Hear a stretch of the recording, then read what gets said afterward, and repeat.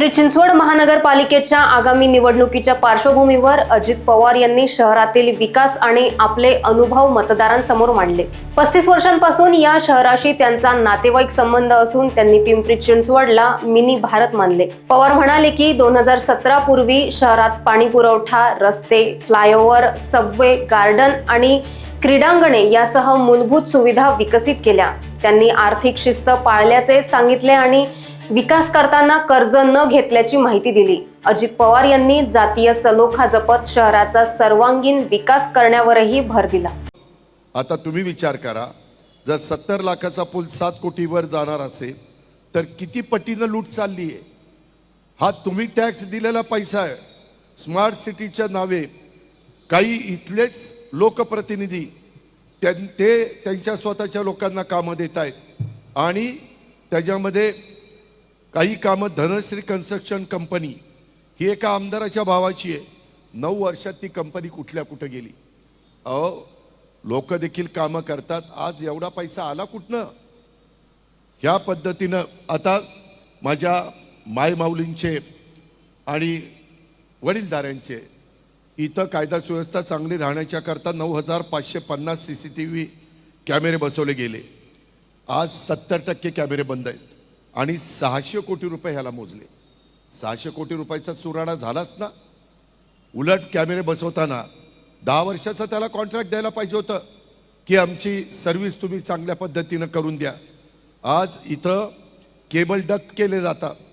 5 फूट खाली खोदाई केली पाहिजे, परंतु तशी खोदाई केली जात नाही आणि वरचेवर त्या ठिकाणी केबल टाकली जातात आणि ते केबल बस्ट होत आहेत।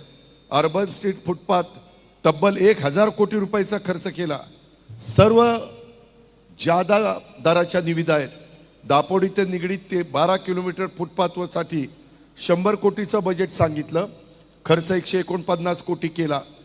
पोलिसांचा विरोध होता, नागरिकांचा विरोध होता, तरी अशा पद्धतीची कामं केली। एवढे मोठ्या प्रमाणावर आज मी दुपारी काही वेगवेगळ्या संघटनांना भेटत होतो, तिथं कचरा गोळा करणाऱ्या भगिनी आल्या। ते म्हणले, दादा 2 दिवसापासून आम्हाला रात्रीची ड्युटी लावलेली आहे आणि आम्ही कधी काम करायचं। आज मोठ्या प्रमाणावर लोक कामाला आहेत असं दाखवलं जातं, बिलं काढली जातात, प्रत्यक्षात सगळ्या भागातला कचरा उचलला जात नाही। हे नवी सांगवी आणि सांगवीच्या लोकांनी ध्यानामध्ये घ्यावं। रस्ते सफाई निविदेमध्ये देखील घोटाळा झालेला आहे। कचरा गोळा करण्यामध्ये देखील त्या ठिकाणी घोटाळा झालेला आहे।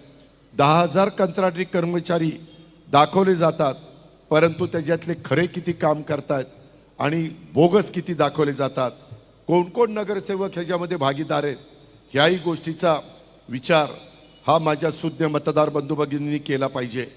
त्याच्यामध्ये वेगवेगळ्या पद्धतीनं अनेक गोष्टी इथं TDRचा पण मोठ्या प्रमाणावर घोटाळा झालेला आहे। तशा पद्धतीनं झोपडपट्ट्या दाखवतात आणि त्याच्यातनं वेगवेगळ्या पद्धतीनं TDR घेण्याचा प्रयत्न केला जातो। इंद्रायणी नदीच्या पात्रात 36 बंगले पाडले। अरे मग बांधूनच द्यायचे नव्हते ना? ते जर चुकीचे होते तर बांधून कशाला दिले आणि का नुकसान केलं त्या लोकांचं? कुदळवाडीमध्ये आज मला लघु उद्योजक भेटायला आले। त्यांनी सांगितलं, दादा 4,500 अतिक्रमणं पाडली आणि दुसरीकडं हजारो पत्रा शेड उभे राहिले, तिथं काही बोलत नाही। आज तिथं वेगवेगळ्यांची नोकरी होती। Bureau report, Lokvahini media, Pune.